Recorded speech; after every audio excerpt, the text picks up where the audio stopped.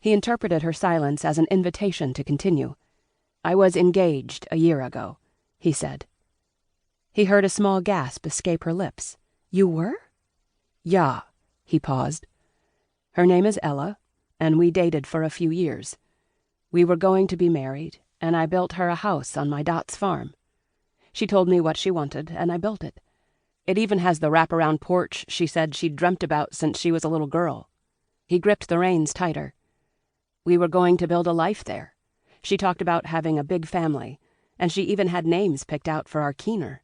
Life was going to be perfect, she insisted.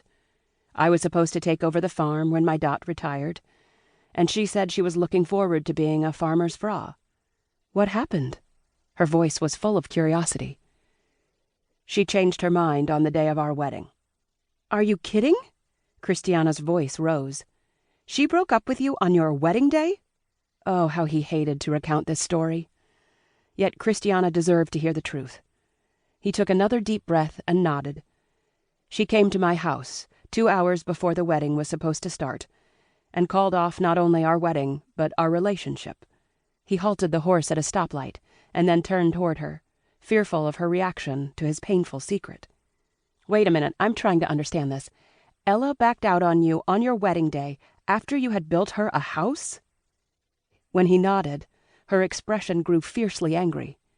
"How could she do that to you, after all you'd done to prepare a life for her?" His shoulders relaxed at her support of him.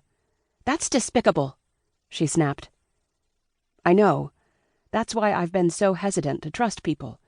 I'm still recovering from the way she treated me. And since then, my instinct is to expect the worst from others." "So that's why you opened your booth," she said, seeming to put all the pieces together. "You said you needed a change in your life." "Exactly." "And that's why you seem so bedauerlich." Her expression warmed as she pointed to his face. "I see it in your eyes." He was stunned silent for a moment. When he looked out the windshield and found the light had turned green, he guided the horse through the intersection. "Why were you so upset when I came to see you at your booth last Saturday?" she asked. "Ella and her husband were at the market. I saw them just as you walked over to me.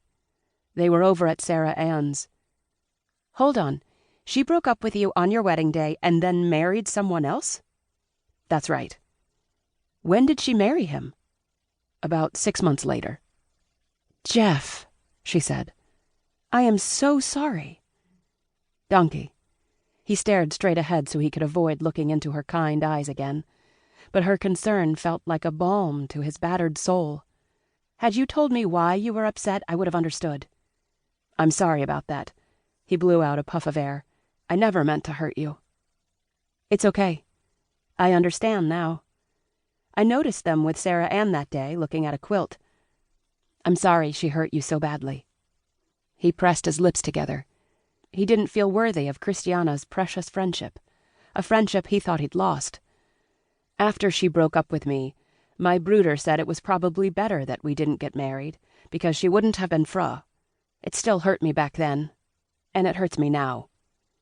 He felt vulnerable, almost naked, revealing so much of his broken heart to her, but at the same time, it was a relief to admit the truth. "I can't even imagine how much it hurt." Her voice was soft, almost reverent. "So that's why I've been such a terrible friend. I want to trust you, and I want to get to know you, but there's still this voice in the back of my head that tells me you could hurt me." He hated the tremble in his voice. "I like you, but I'm nervig." "I like you too." He smiled, but then he recalled the man in her booth yesterday. "May I ask you something?" "Of course." "You said you didn't have a boyfriend, but you were flirting with that man who came to your booth yesterday and bought a pie. Who was he?" "You must be talking about Reuben. I wasn't flirting with him," she laughed. He bristled. "It looked like you were." She waved off the comment. "He came to buy a pie for his girlfriend. It's their 3-month anniversary." She clicked her tongue. "Is that why you glared at me?" "Ja." He felt heat crawl up his neck. "Jeff, he's my friend. We've known each other since we were in school." "Did you date him?" "No, we never dated, but he was always nice to me." "Do you like him that way?" The words tasted bitter on his tongue. "Jeff, Are you jealous of my friendship with Reuben?